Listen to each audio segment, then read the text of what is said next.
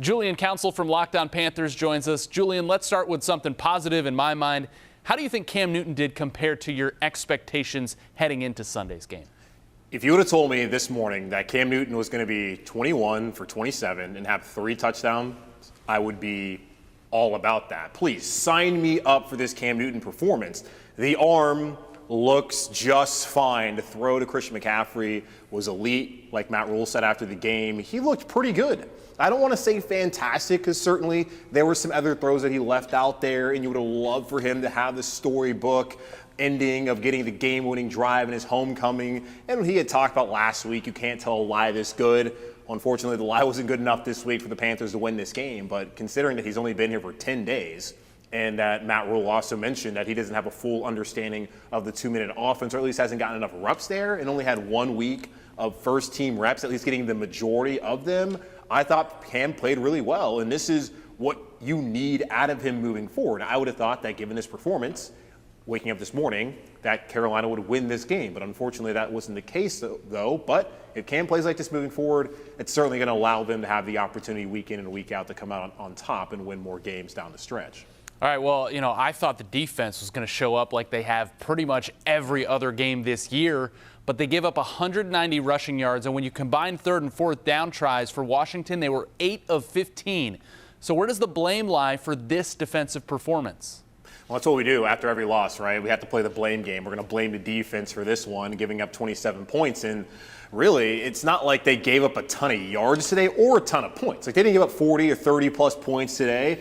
What it comes down to, they just could not get off the field. Cam Newton brought this up in his post-game press conference, where the Panthers were up 14-7, and next time the offense was out there, not counted a kneel down right before the half, they were down 21-14. The defense has to do a better job of getting off the field. They couldn't get off the field, nor could the offense. And you bring up 190 rushing yards. That's kind of been the key for this defense to win games this season. In their 6 losses, they've given up an average of 163 rushing yards per game. In their 5 wins, they've only allowed 56.4 rushing yards per game on average in those wins. So if they can stop the run, they win. If they don't stop the run, well, they get gashed. It's not like they're only giving up 120 yards. They're giving up 163, which is a lot, and 190 today. It's just not sustainable if they want to win games moving forward. And Phil Snow, the defensive coordinator, brought this up earlier in the season when they lost to Dallas and gave up 245 rushing yards in that game, that teams were going to look at that blueprint and they were going to attack them. And that's what Dallas did that day. That's what Philadelphia was able to do late in the game. That's what Minnesota did. That's what we saw today against Washington last week or 2 weeks ago against the Patriots. It's just been frustrating for this defense to just not be able to hold up against the run against teams that have been physical at the point of attack. And that unit was so trustworthy for most of the year. How much trust have you lost in the defense going forward, especially now that the blueprint is out, it's copied, and it's sent around the league?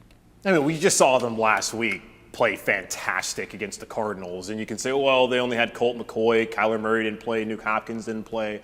Kyler Murray didn't play again on Sunday against the Seahawks on the road, and Colt McCoy went out there and got the job done. Now, Seattle doesn't have a good defense. I understand that. But Colt McCoy is now 2-1 as a starting quarterback for the or at least the Cardinals are 2-1 with Colt McCoy this season. And the Panthers knocked them out of the game, shut them down last week. So they have proven that they're a really good team. And I think they're second most in the NFL over the last 4 weeks. I think I saw Will Bryan, who does stats over there with the Panthers, who pointed out they have had 7 takeaways over the last 4 weeks, is second most in the NFL. So they're still getting takeaways. Just the problem is, because they have kind of slighter frame guys like a Brian Burns and Hassan Reddick having to go out there and try and fit gaps in the run stop, and they play a 3-4 system, it's not necessarily conducive to have a great rushing defense when teams like to play 12 or 13 personnel where they have 2 or 3 tight ends out there, and that's hurt Carolina in games prior and today on Sunday against the Washington football team. So I do have trust in them and their ability to get after the passer.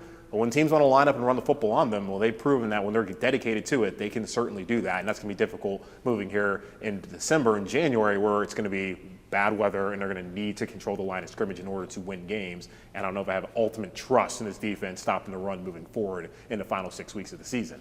Julian, this team's 5-6, 6 games to go. How much did this game change your thoughts about them making the playoffs? And let me kind of frame it this way. I mean, I think before last week's game against Arizona, a lot of us thought, okay, they'll lose that one and then they'll win at home. They just kind of flipped that, and now they've got 6 games to go starting at Miami next week and then home against Atlanta, you would still think they'd win those games. Yeah, I mean, it balances out, right? Because you're right. I thought they would lose last week, not even taking into account Kyler Murray or whatever, and didn't know Cam was going to be there. The energy in that building and on that sideline changed everything. They get the win, then they lose today. So we're looking at it.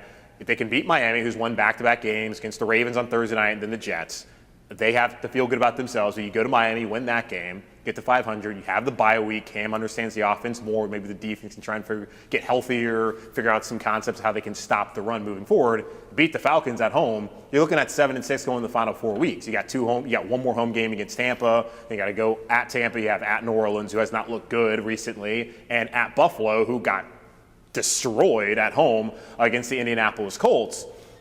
7 wins at the very least, but 8 wins, 9 wins still feels attainable. The problem for Carolina, though, today was that it's not just that they lost, but it's the teams that were there behind them also won. Philadelphia, who holds a tiebreaker, beat the Saints. The Saints still at 5-5 are above Carolina, still sitting in a playoff spot. Minnesota, who beat Carolina earlier this season, gets the win at home against Green Bay. You look at it, too, they're 0-4 against the NFC East. It does not help that you've lost against some of the teams that are right there in that same range as you, and your conference record is also the worst among those teams while you're sitting there at 2-4 at home. And if it's not head-to-head, it then goes to conference win percentage, and the Carolina Panthers are last among a lot of those teams sitting right there in the thick of things in the playoff race. Yeah, and okay, 6 games left, 4 of those on the road. With most teams, I would say that's a bad thing, but for Carolina, maybe that's a good thing. They haven't been playing well at home. Julian Council from Locked On Panthers, thanks for joining us. Absolutely.